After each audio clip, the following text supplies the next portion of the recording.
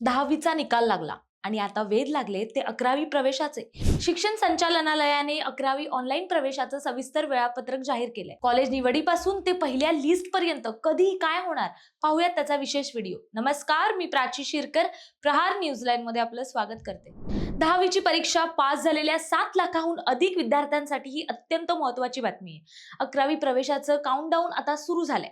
आतापर्यंत 7,74,918 विद्यार्थ्यांनी नाव नोंदणी पूर्ण केली आहे. पण आता खरी कसरत सुरू होणार आहे ती कॉलेज निवडीची. अर्जाचा भाग 2 आणि 0 फेरी ही पार पडणार आहे. ज्या विद्यार्थ्यांनी अर्जाचा पहिला भाग भरलाय त्यांना 11 मे पासून अर्जाचा दुसरा भाग भरता येईल. त्यामध्ये तुम्हाला तुमच्या आवडीच्या महाविद्यालयांचा पसंतीक्रम म्हणजेच कॉलेज ऑप्शन्स निवडायचे आहेत. 11 ते 20 मे दरम्यान 0 फेरी पार पडणार आहे. ही फेरी विशेषतः इन हाऊस व्यवस्थापन आणि अल्पसंख्याक कोट्यासाठी असेल. प्रवेश प्रक्रियेच्या वेळापत्रकानुसार 15 मे रोजी तात्पुरती गुणवत्ता यादी जाहीर होईल. तर या यादीत काही चूक असेल तर 16 मे रोजी तुम्हाला हरकती नोंदवता येतील. त्यानंतर 18 मे रोजी फायनल जनरल मेरिट लिस्ट प्रसिद्ध केली जाईल. सर्वात जास्त उत्सुकता ज्याची आहे ती पहिली फेरी. ही नियमित फेरी 21 मे पासून सुरू होणार आहे. या फेरीत कॉलेज मिळालेल्या विद्यार्थ्यांची यादी 26 मे रोजी जाहीर केली जाणार आहे.